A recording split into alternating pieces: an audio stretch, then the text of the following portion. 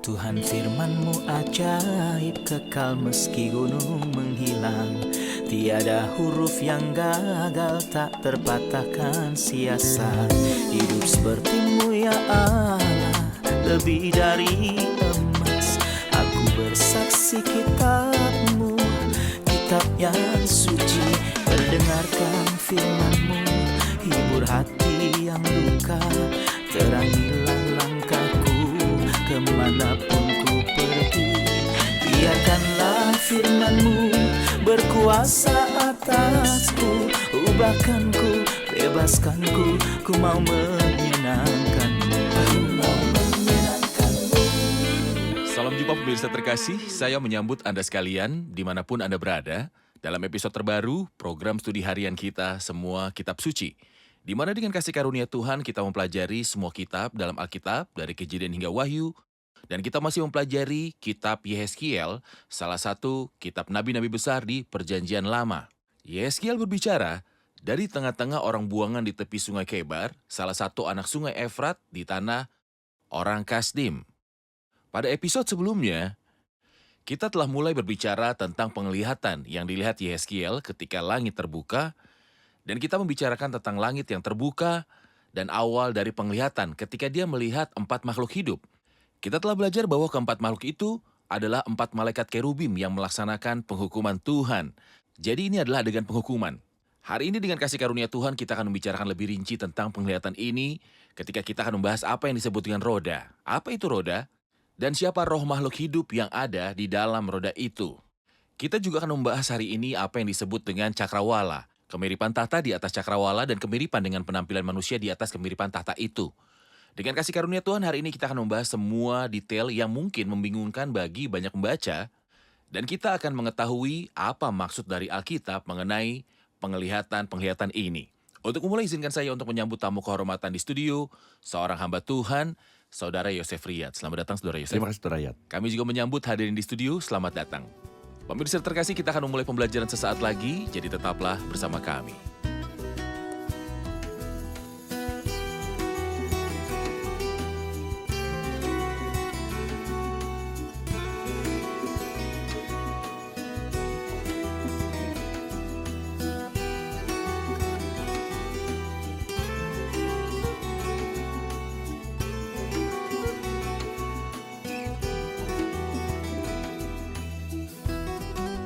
Jumpa lagi, Saudara Yosef. Terima kasih. Kita masih berada di pasal 1. Hari ini dengan rahmat Tuhan kita akan melanjutkan detail penglihatan yang dilihat oleh Yehezkiel. Saya akan membaca mulai dari awal penglihatan itu, kemudian kita akan melanjutkan studi kita dimulai dari ayatnya yang ke-11. Oke. Dia mengatakan di ayat 4, "Lalu aku melihat sungguh angin badai bertiup dari utara, dan membawa segumpal awan yang besar dengan api yang berkilat-kilat, dan awan itu dikelilingi oleh sinar. Di dalam, di tengah-tengah api itu kelihatan seperti suasa mengkilat. Dan di tengah-tengah itu juga ada yang menyerupai 4 makhluk hidup, dan beginilah kelihatannya mereka. Mereka menyerupai manusia, tetapi masing-masing mempunyai 4 muka, dan pada masing-masing ada pula 4 sayap. Kaki mereka adalah lurus, dan telapak kaki mereka seperti kuku anak lembu. Kaki-kaki ini mengkilap seperti tembaga yang baru digosok. Pada keempat sisi mereka, di bawah sayap-sayapnya tampak tangan manusia. Mengenai muka dan sayap mereka berempat adalah begini. Mereka saling menyentuh dengan sayapnya. Mereka tidak berbalik kalau berjalan, masing-masing berjalan lurus ke depan. Muka mereka kelihatan begini. Keempatnya mempunyai muka manusia di depan, muka singa di sebelah kanan, muka lembu di sebelah kiri, dan muka Raja Wali di belakang. Sayap-sayap mereka dikembangkan ke atas. Mereka saling menyentuh dengan sepasang sayapnya, dan sepasang sayap yang lain menutupi badan mereka. Mereka masing-masing berjalan lurus ke depan. Ke arah mana roh itu hendak pergi, kesanalah mereka pergi. Mereka tidak berbalik kalau berjalan. Di tengah-tengah makhluk-makhluk hidup itu kelihatan seperti bara api yang menyala. Seperti suluh yang bergerak kian kemari di antara makhluk-makhluk hidup itu, dan api itu bersinar, sedang dari api itu kilat sabung menyabung. Makhluk-makhluk hidup itu terbang ke sana kemari seperti kilat. Saudara Yosef setelah dia berbicara dalam ayat-ayat dari 5 sampai 10 tentang wajah-wajah makhluk hidup, dia mulai berbicara tentang sayap-sayap mereka. Mohon jelaskan tentang apa yang dikatakan mengenai wajah-wajah itu agar kita mulai membicarakan tentang sayap. Kita telah mengetahui bahwa wajah-wajah itu mewakili berbagai atribut Tuhan dalam melaksanakan penghukumannya dan mereka mengingatkan kita pada Kristus dalam keempat Injil, Matius, Markus, Lukas, dan Yohanes. Di sini dia dimulai dengan wajah manusia dan seperti yang telah kita ketahui ini karena Tuhan sedang berurusan dengan umatnya. Ketika Tuhan berurusan dengan umatnya, Musa berkata sebab Tuhan akan memberi keadilan kepada umatnya dan akan sayang kepada hamba-hambanya. Ada sejenis belas kasihan terhadap umatnya, anak-anaknya. Tuhan tidak berurusan dengan anaknya seperti dia berurusan dengan orang jahat di bumi. Dalam kitab Wahyu, dia mulai dengan orang jahat melalui wajah singa, lalu lembu jantan. Lalu manusia, kemudian elang terbang. Seperti yang telah kita katakan dengan tepat, itu mewakili Kristus dalam 4 Injil. Ini mengenai wajah-wajah dari 4 makhluk hidup yang kita ketahui bahwa mereka adalah kerubim. Malaikat-malaikat Tuhan yang melaksanakan penghukumannya di bumi. Oke. Kemudian dia mulai berbicara tentang sayap-sayap mereka dan dia menyebutkan beberapa fitur sayap di sini. Sayap-sayap mereka dikembangkan ke atas. Mereka saling menyentuh dengan sepasang sayapnya dan sepasang sayap yang lain menutupi badan mereka. Apa arti dikembangkan? Dan apa hubungannya ini dengan pelaksanaan penghakiman Tuhan? Artinya siap bergerak kapan saja. Dia berkata misalnya dalam ayat 14, makhluk-makhluk hidup itu terbang ke sana kemari seperti kilat. Artinya sangat cepat, kita baca di Mazmur pasal 103. Pujilah Tuhan, hai malaikat-malaikatnya, hai pahlawan-pahlawan perkasa yang melaksanakan firman-Nya dengan mendengarkan suara firman-Nya. Jadi begitu malaikat menerima perintah dari Tuhan, dia segera melaksanakan perintah Tuhan itu. Itulah sebabnya sayap-sayap ini diregangkan untuk siap untuk terbang kapan saja. Dan seperti kilat yang menyambar, itu artinya adalah kecepatan cahaya yang merupakan kecepatan terbesar yang kita ketahui. Dalam peperangan, kita melihat bahwa pasukan selalu dalam posisi siaga. Tepat. Setiap orang harus siap dan membawa senjatanya. Ini Benar. adalah adegan penghukuman. Mereka adalah malaikat yang siap diwakili sebagai makhluk hidup ataupun kerubim. Kami mengulanginya lagi agar pemirsa tahu bahwa keempat makhluk hidup tersebut adalah 4 malaikat yang disebut kerubim yang bertanggung jawab untuk melaksanakan penghukuman Tuhan. Penghukuman Tuhan. Dia berbicara tentang wajah mereka dan di sini dia menyebutkan sayap mereka untuk menunjukkan kesiapan mereka. Kemudian dia berkata di ayat yang ke-15, Aku melihat sungguh di atas tanah di samping masing-masing dari keempat makhluk-makhluk hidup itu ada sebuah roda. Rupa roda-roda itu seperti kilauan permata pirus dan keempatnya adalah serupa. Buatannya seolah-olah roda yang satu di tengah-tengah yang lain. Kalau mereka berjalan, mereka dapat menuju ke 4 jurusan. Mereka tidak berbalik kalau berjalan. Mereka mempunyai lingkar, dan aku melihat bahwa sekeliling lingkar yang 4 itu penuh dengan mata. Kalau makhluk-makhluk hidup itu berjalan, roda-roda itu juga berjalan di samping mereka. Dan kalau makhluk-makhluk hidup itu terangkat dari atas tanah, roda-roda itu turut terangkat. Ke arah mana roh itu hendak pergi, kesanalah mereka pergi, dan roda-rodanya sama-sama terangkat dengan mereka. Sebab roh makhluk-makhluk hidup itu berada di dalam roda-rodanya. Kalau makhluk-makhluk hidup itu berjalan, roda-roda itu berjalan. Kalau mereka berhenti, roda-roda itu berhenti. Dan kalau mereka terangkat dari tanah, roda-roda itu sama-sama terangkat dengan mereka. Sebab roh makhluk-makhluk itu berada di dalam roda-rodanya. Saudara Yosef, apa yang dimaksud dengan roda? Dan apa yang dimaksud dengan roda yang berada di samping makhluk-makhluk hidup itu? Mohon jelaskan topik ini kata demi kata. Kita dapat mengatakan bahwa roda melambangkan gerakan Allah. Allah senantiasa bergerak dan aktif dalam pekerjaannya. Orang berpikir bahwa Tuhan tidak melakukan apa-apa. Tetapi Kristus berkata dalam Yohanes pasal 5 ayat yang ke-17, Bapakku bekerja sampai sekarang, maka aku pun bekerja juga. Jadi ada pekerjaan yang berkesinambungan. Tentu saja Tuhan tidak bekerja sendiri, tetapi dialah yang memberikan instruksi. Tuhan memiliki malaikat untuk melaksanakan perintahnya, yaitu kerubim, atau 4 makhluk hidup yang telah kita lihat. Ketika dia berbicara tentang roda, dia menyebutkan sebuah ungkapan yang ingin saya komentari. Ayat 18 mengatakan mereka mempunyai lingkar dan aku melihat bahwa sekeliling lingkar yang keempat itu penuh dengan mata. Lingkar yang tinggi dan mengagumkan ini mengingatkan saya pada apa yang dikatakan dalam Mazmur 139, terlalu ajaib. Bagiku pengetahuan itu terlalu tinggi. Tidak sanggup aku mencapainya. Pikiran Tuhan berbeda dengan pikiran kita, seperti tingginya langit dari bumi, demikianlah tingginya jalanku dari jalanmu, dan rancanganku dari rancanganmu. Tidak hanya itu, ini mengaku pada Mazmur 66 ayat 3, katakanlah kepada Allah betapa dahsyatnya segala pekerjaanmu. Ketika Allah bekerja, ketika dia bangkit, semua akan ketakutan. Saya akan mengatakan dengan penuh hormat bahwa hari ini Allah tampak seolah-olah dia duduk Dalam atau pandangan tidur. manusia. Tentu saja Allah tidak pernah tertidur atau lelap, tapi seolah-olah dia seperti itu dalam pandangan orang fasik. Kita akan baca dalam pasal 8 dari buku ini. Bahwa orang-orang jahat berkata, Tuhan tidak melihat kita, Tuhan sudah meninggalkan tanah ini. Tidak, Allah melihat Anda, dan dia tidak meninggalkan tanah ini. Lingkaran roda penuh dengan mata, Allah melihat segalanya dan dia akan meminta pertanggungjawaban semua orang. Sehingga menyebutkan dua hal tentang Allah ketika dia bangkit. Suatu kali, Tuhan membuat tangan manusia muncul. Dan hasilnya adalah bahwa Raja Besar Belsiazar begitu ketakutan hingga persendian pinggulnya terlepas dan lututnya saling bertemu hanya karena mereka melihat gambar tangan Allah. Kali lain, Allah membuat tentara Syria mendengar suara pasukan besar. Ketika mereka mendengar suara itu, mereka kehilangan akal dan bahkan tidak bisa berpikir karena untuk melarikan diri mereka seharusnya menggunakan kuda mereka. Tetapi mereka meninggalkan kuda-kuda itu dan melarikan diri dengan berjalan kaki. Allah mulai bekerja. Katakan kepada Allah betapa dahsyat segala pekerjaanmu. Oleh sebab kekuatanmu yang besar, musuhmu tunduk menjilat kepadamu. Allah memberi kesempatan. Ia panjang sabar terhadap manusia.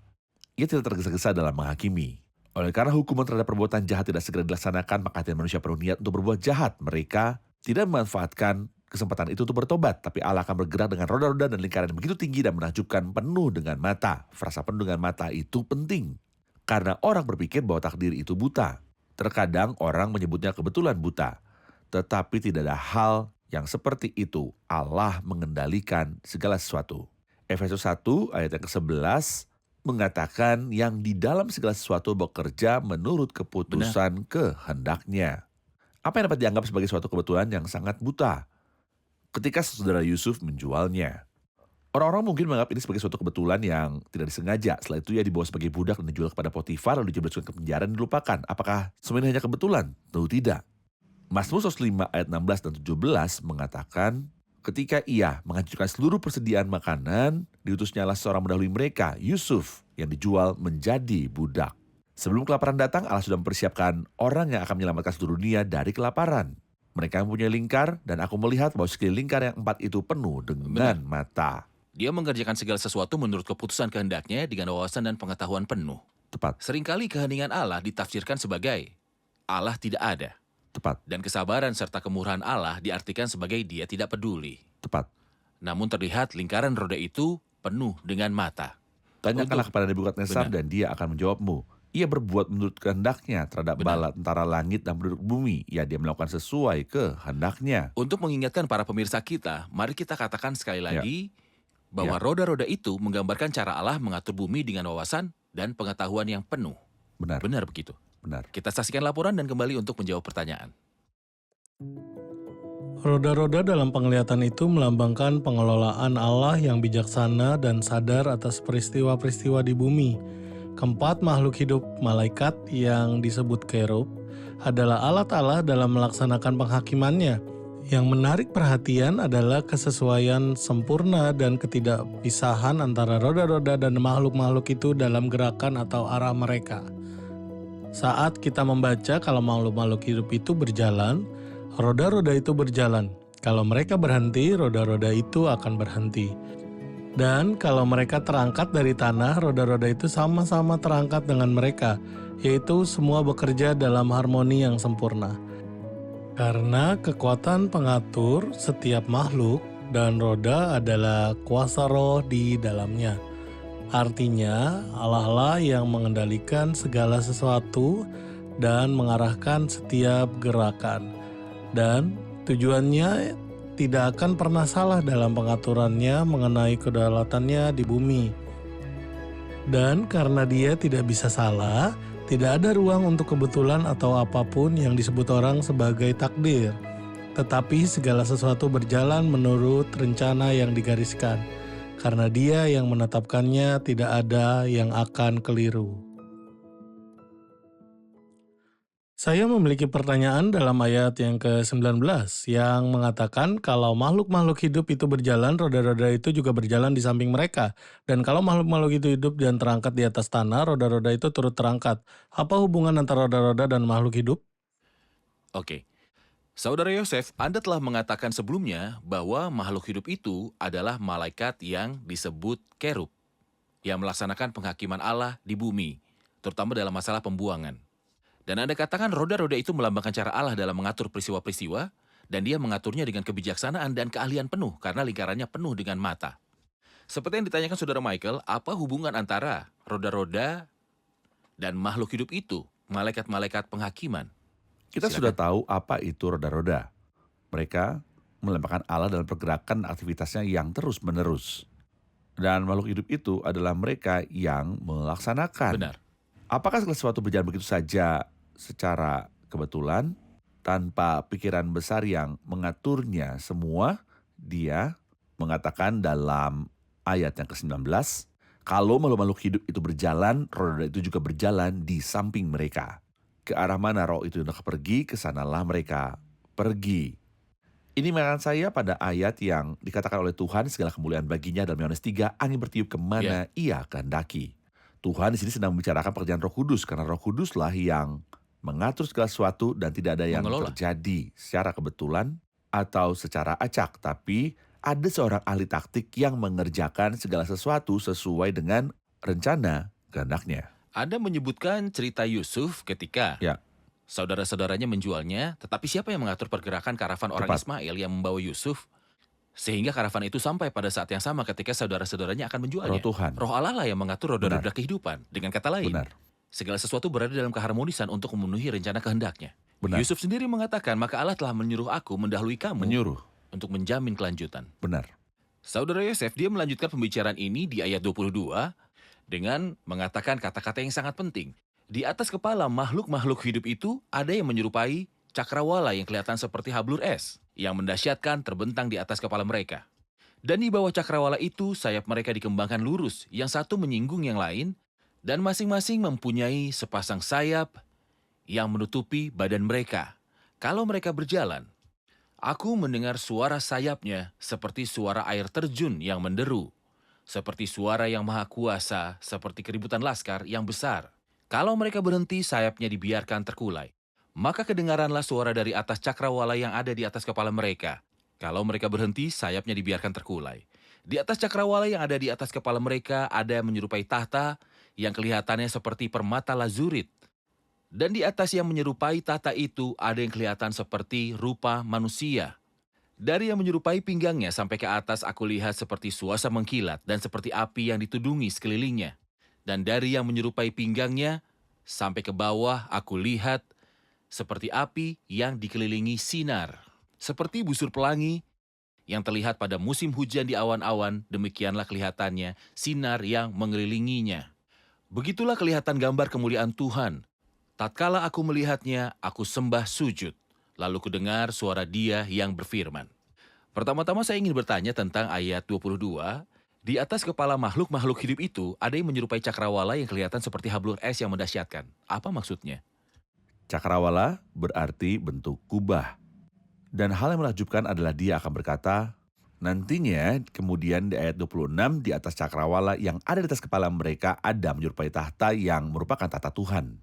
Jadi yang mengatur alam semesta ini adalah Tuhan yang bersemayam di atas tahta. Namun, siapakah yang duduk di tahta Tuhan di sini? Adalah suatu rupa yang menyerupai rupa seorang manusia. Siapakah manusia ini? Dialah yang datang pada waktu yang telah ditentukan. Dan sesungguhnya agunglah rahasia ibadah kita, Dia yang telah menyatakan diri dalam rupa manusia. Jika Kristus bukanlah Tuhan, akan mustahil baginya untuk duduk di atas tahta Allah. Benar. Jadi apakah Kristus akan duduk di atas tahta Allah? Ada banyak ayat yang mengatakan demikian. Surat kepada orang Ibrani membuat setidaknya 4 ayat yang menyebutkan hal ini. Selain dari Efesus 1 dan Roma 8. Semua ayat ini mengatakan bahwa Kristus sebagai manusia duduk di atas tahta Allah, yang menunjukkan dan membuktikan bahwa Kristus bukan hanya manusia. Lalu apa? Dia adalah Tuhan yang menjelma dalam daging, dan sesungguhnya agunglah rahasia ibadah kita. Sebenarnya, saudara, ayat manusia benar-benar sengsara, dan Anda bisa menyadari hal ini ketika Anda membaca sejarah. Tapi yang mengherankan adalah bahwa Tuhan mengasihi manusia. Benar. Tuhan berada di pihak manusia. Manusia diusir dari Taman Eden dalam Kejadian pasal 3. Dan kerubim ditempatkan untuk mencegah mendekatinya. Dalam Kejadian pasal yang ke-6, Tuhan hendak memusnahkan manusia. Tuhan menyesal telah menciptakan manusia. Di sini dalam Yeskiel 1, manusia umat pilihan Tuhan diusir dari tanah. Betapa malangnya. Apakah ada solusi? Sebenarnya kita menemukan jawaban untuk pertanyaan ini dalam sebuah rupa yang tampak seperti manusia yang adalah Tuhan Yesus Kristus. Mengapa dia berkantang dia dalam ayat yang ke-26? Di atas cakrawala yang ada di atas kepala mereka ada menyerupai tahta yang kelihatannya seperti permata lazurit. Dan di atas menyerupai tahta itu ada yang kelihatan seperti rupa manusia karena inkarnasi belum terjadi. Dalam kitab Yeskiel, tetapi dalam perjanjian baru setelah inkarnasi terjadi, kita akan menemukan bahwa seorang manusia duduk di atas tahta Allah. Jika Anda ingin mengetahui kebesaran manusia dalam pikiran Allah, lihatlah Tuhan Yesus Kristus. Agar gambaran ini lengkap, kita telah mengatakan bahwa roda-roda melambangkan Allah dalam pengaturannya atas peristiwa di bumi dengan wawasan dan pengetahuan penuh, Ya, dan 4 makhluk hidup melambangkan 4 malaikat yang disebut kerubim yang melaksanakan penghakiman Allah. Dimulai dari ayat 22, kita telah mengetahui bahwa ada cakrawala ya, di atas kepala makhluk-makhluk hidup atau malaikat-malaikat itu, dan di atas cakrawala itu ada rupa sebuah tahta Allah, dan di atas tahta Allah ada Manusia. sebuah rupa benar, dengan rupa seorang manusia yang melambangkan Kristus sebelum Ya. menjadi manusia. benar. Dan yang mengatur semua peristiwa adalah dia yang duduk di atas tahta dengan rupa sebagai seorang manusia. Luar biasa. Terima kasih Saudara Yosef, kita akan mengambil pertanyaan hadirin. Siapa yang sedang dijelaskan mulai dari ayat 27 dan apa yang kita pahami dari atribut ini? Silakan Saudara Yosef. Dari yang menyerupai pinggangnya sampai ke atas, aku lihat seperti suasa mengkilat. Dan seperti api yang ditundungi dari sekelilingnya dan dari yang menyerupai pinggangnya sampai ke bawah.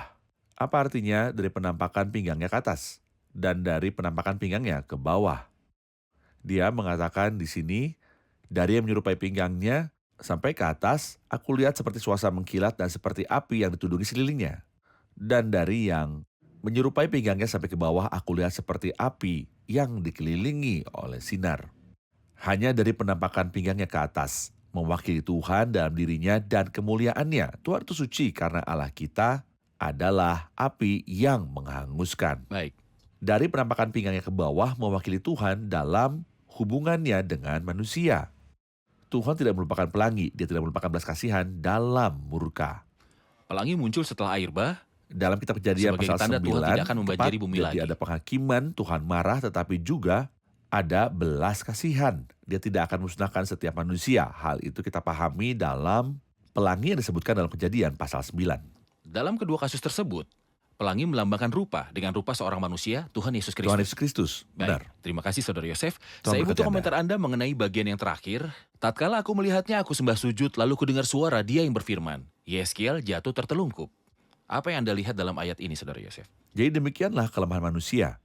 Ketika Ayub melihat Tuhan, dia berkata, hanya dari kata orang saja aku mendengar tentang engkau, tapi sekarang mataku sendiri memandang engkau. Oleh sebab itu aku mencabut perkataanku, dan dengan menyesal aku duduk dalam debu dan abu. Yesaya 6, aku melihat Tuhan duduk di atas tahta yang tinggi dan menjulang, maka aku berkata, celakalah aku binasa.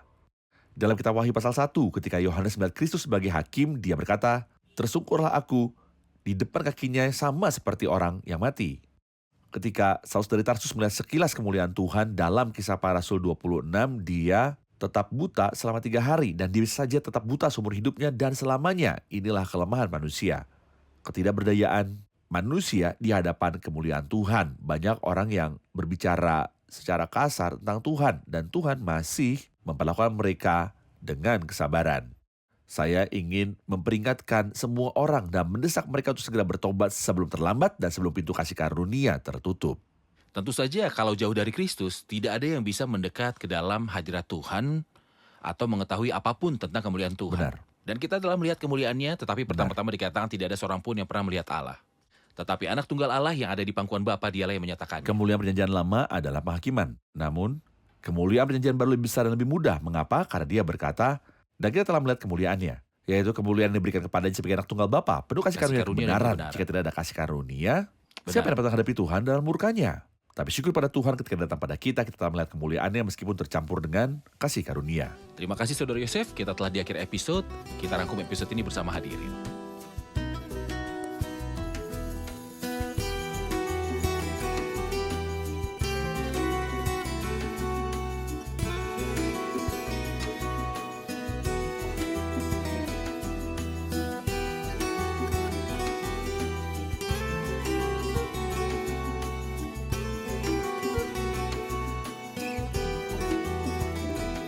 Halo semuanya, tentu saja ini adalah kesempatan emas untuk mempelajari makna-makna yang tersembunyi di balik penglihatan ini. Dalam pasal 1 kitab Yeskiel, dalam ayat 15-18 kita telah belajar tentang yang disebut roda-roda di samping makhluk hidup dan roh makhluk hidup yang ada di dalam roda-roda itu. Mohon jelaskan pada kami apa arti roda-roda dan roh makhluk hidup yang ada di dalamnya. Roda-roda melambangkan Allah dalam melaksanakan penghakimannya di bumi. Ia akan melakukan pergerakan yang terus-menerus. Roda-roda digambarkan sangat tinggi dan menakjubkan karena pemikiran Allah sangat berbeda jauh dari pemikiran kita. Allah dalam pergerakan yang terus-menerus, tetapi kadang-kadang tampaknya bagi kita ia diam dan duduk. Tapi dia begitu bergerak, pergerakannya akan sangat menakutkan. Jari-jari roda penuh dengan mata karena Allah melihat segala sesuatu, yang melihat kejahatan dan menghakiminya, dan tidak ada yang terjadi secara kebetulan. Dan roh-roh makhluk hidup yang melambangkan malaikat-malaikat yang melaksanakan penghakiman Allah, ini tidak terjadi secara acak, tetapi roh, yaitu Roh Kudus, adalah pribadi yang mengendalikan segala sesuatu. Ada keharmonisan antara makhluk hidup dan roda-rodanya. Prosedur penghakiman Allah berlangsung sesuai dengan visinya sendiri.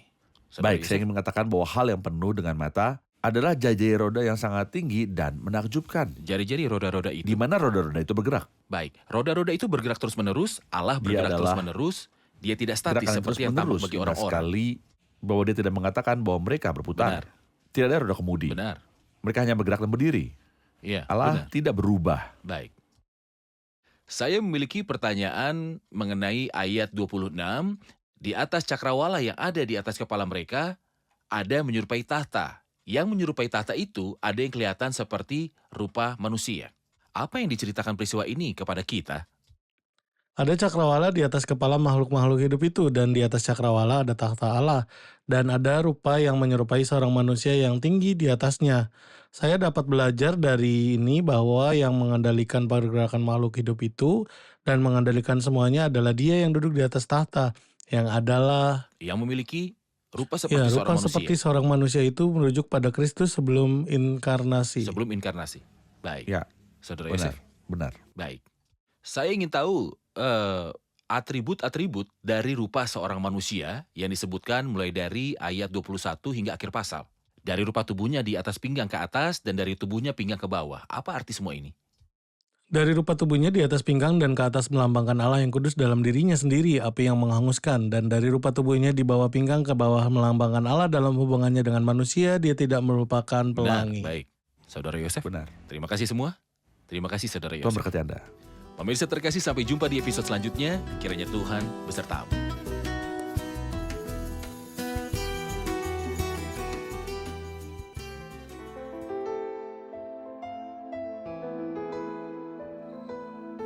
Tuhan firman-Mu ajaib, kekal meski gunung menghilang. Tiada huruf yang gagal, tak terpatahkan siasat. Hidup seperti-Mu ya Allah, lebih dari emas. Aku bersaksi kitab-Mu, kitab yang suci. Mendengarkan firman-Mu, hibur hati yang duka. Terangilah langkahku kemanapun ku pergi. Biarkanlah firman-Mu berkuasa atasku. Ubahkanku, bebaskanku, ku mau menyenangkan-Mu. Tuhan firman-Mu ajaib, kekal meski ubah dan bebaskan aku.